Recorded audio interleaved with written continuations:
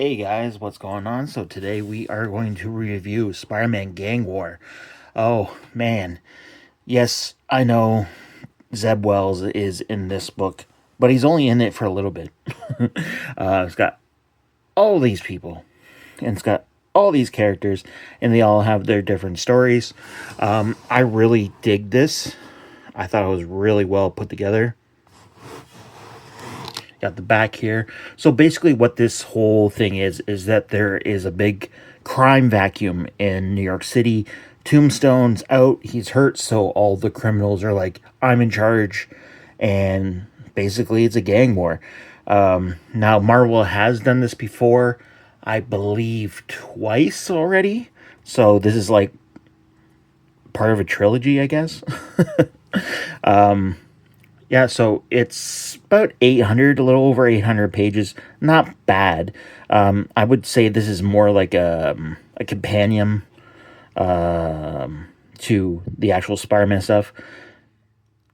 If you do pick up Zeb Wells' Omnibus Volume 2, you will get Gang War. That's just a given.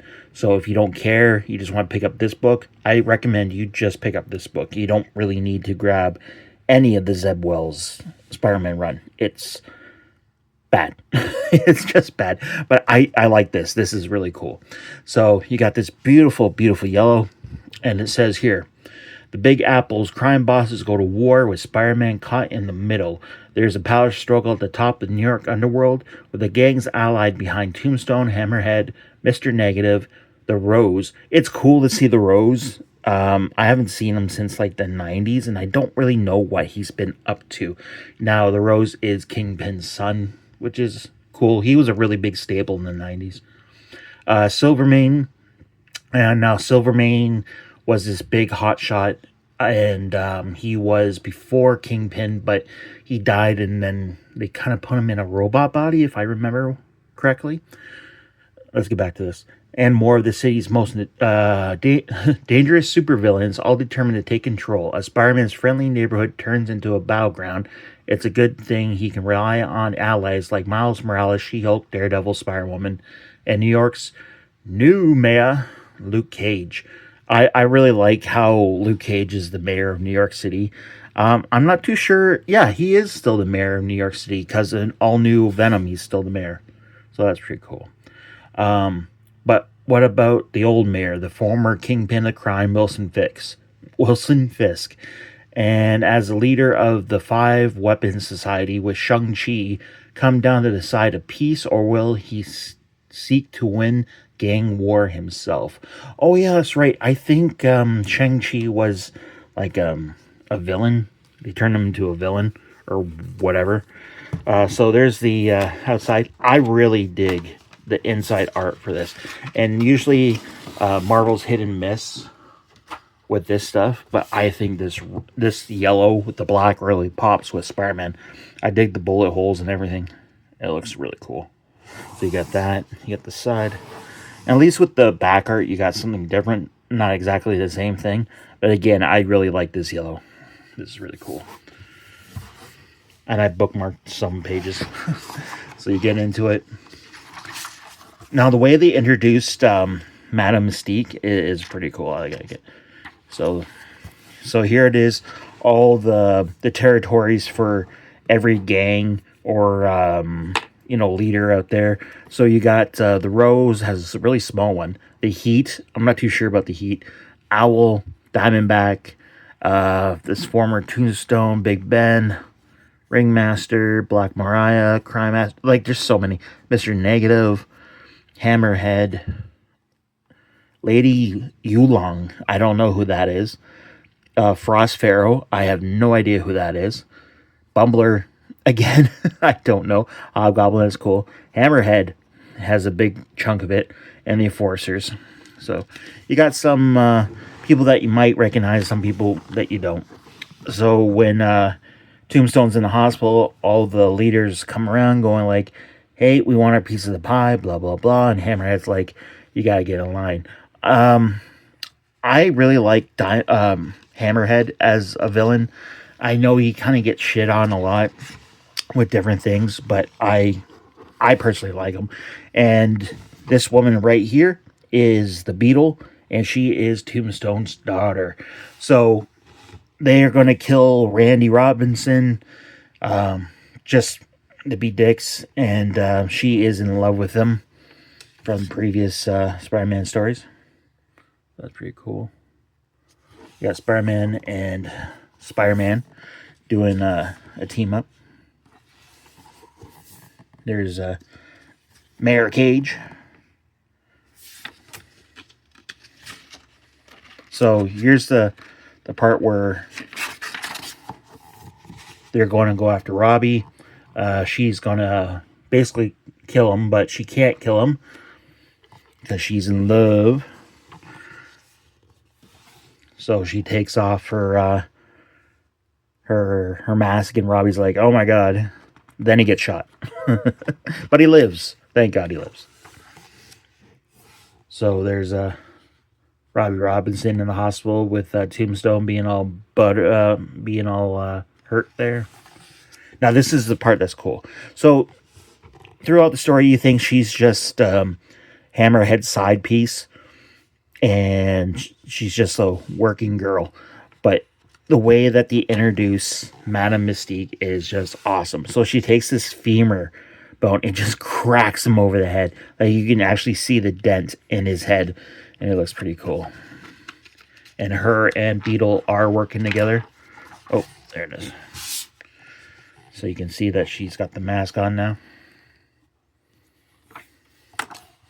So there's the Spider-Man stuff. We'll kind of skip that because it's not really that important. You know, he's just basically fighting all the gangs.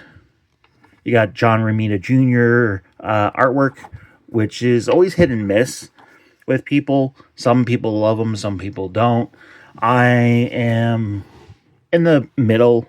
Sometimes his work can be great, but sometimes it just seems a little lazy. Then you got... who's this? Is this more Spider-Man then? Yeah. Sorry. I thought I had it all marked. Oh, I lost my bookmark.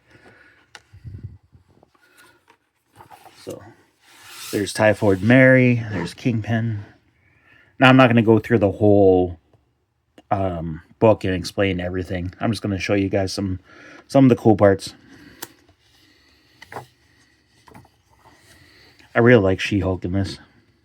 I'm always an iffy fan of She-Hulk. Like, I never really know if I like her or if I don't. Tombstone and the Kingpin going at it. This panel reminds me of the Superman Doomsday. Just the way that they hit each other. I don't know. And then he's talking to his daughter. Blah, blah, blah. So Luke Cage gets his own 4-issue miniseries. And he gets this cool new costume so no one can recognize him.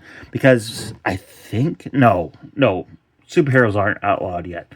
Or were outlawed or whatnot. But he's the mayor. He can't just go out there fighting bad guys. So he kind of just makes this costume which looks pretty badass. And it's always nice to see Cloak and Dagger and come up and do stuff. Because I always miss Cloak and Dagger. So there's Luke Cage in his new costume with the mask. Is there a better picture? I thought I bookmarked it. Oh no. Bad content. And he's basically fighting Alistair Smythe. So there he is. Pretty badass. I don't know if I like his costume that he made. It's just black and... I don't know. It just doesn't give off that Power Man feel. You know? And then you got Spider-Woman. Now, Spider-Woman's story is so-and-so.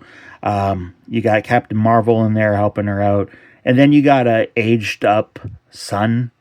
I guess Hydra took him as a baby and kind of aged him up and made him. And this super villain, it's so-so. It's... I don't know.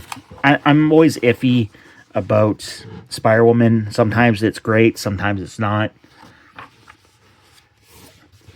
So basically, spoiler alert, Green Mamba is her son, and she's basically fighting Diamondback in this 4-issue miniseries.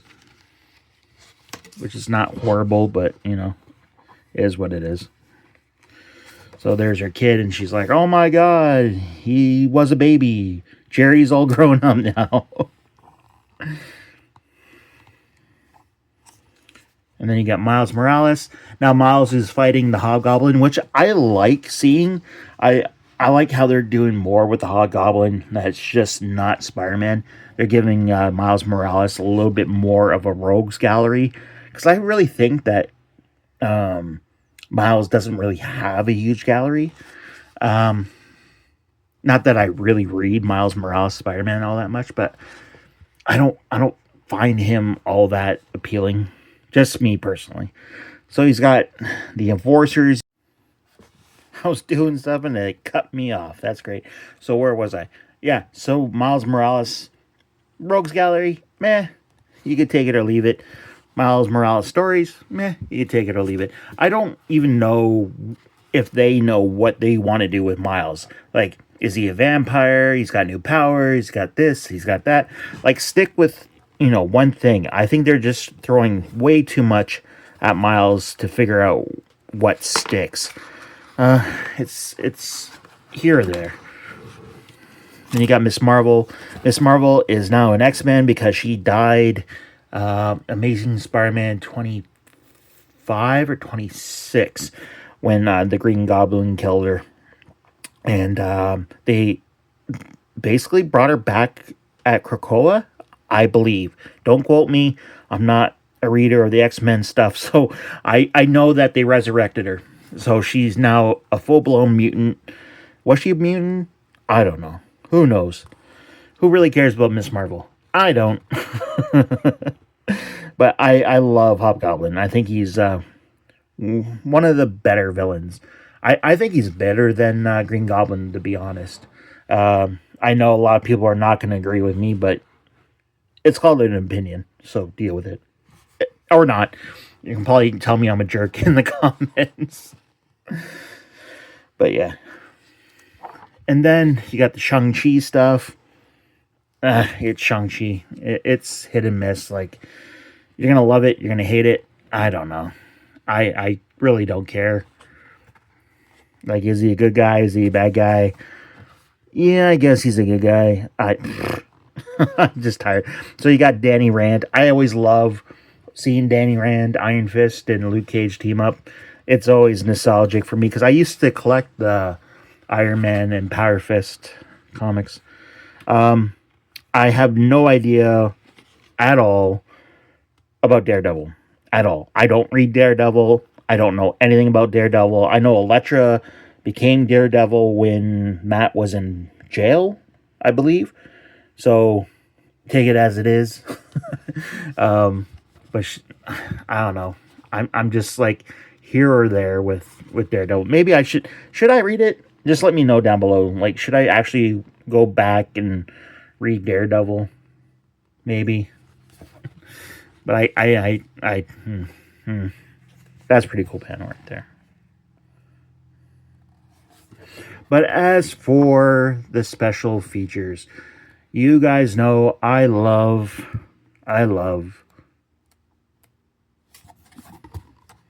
variant covers. You got the Peach Momoko. I did pick up that Peach Momoko. That is from Black Cat number 10. Just came out. That's a beautiful, beautiful cover. I love that one. Actually, I just picked these two up, but that's beside the point. I just saw Peach Momoko. I was like, hey, I got one. So you got some classic Spider-Woman. I don't know. I always liked, what was it, Sarah Carpenter? I always liked the redhead. Mean redheads. I don't know. Something's wrong with me. But you got the variant covers. Then you got some inks, which is not bad. And then you got some sketch work. Where's the sketch work? Yeah, there's sketch stuff. So it's not horrible. And then you got some cover art, different cover art. So all in all, it's a great book. And it was on sale, of course. I think I paid like $80 for this, but to buy it outright, it's $100 $100 US, $125 Canadian. Like I said, always find stuff on sale. So this collects Amazing Spider-Man, Gang War First Strike, Amazing Spider-Man issues 39 of 44, Daredevil Gang War 1 through 4, Deadly Hands of Kung Fu Gang War 1 through 3, Jackpot. Oh, that's what I missed. Jackpot. Mary Jane's little one-shot with Paul, and it's whatever. It's Paul. Who cares? Luke Cage Gang War 1 through 4, Miles Morales, Spider-Man 13 to 16, Inspire Woman 1 through 4. Then you got all these writers: Zeb Wells, Cody Ziegler, Erica Schultz, Greg Pak. Ooh, Greg Pak. I didn't know Greg Pak was in this. Christelle Bonfman. Okay, no, okay, we're just getting silly with the names here. I'm not going to go through all these names. You know I don't like it. And I'm not going to pronounce anything. But, yeah, so that's it for today's video, guys. Let me know if you have read Gang War, or if you're interested in this. Let me know down below. Maybe I'll convert you to some Zeb Wells readers. I seriously doubt it, because no one wants to.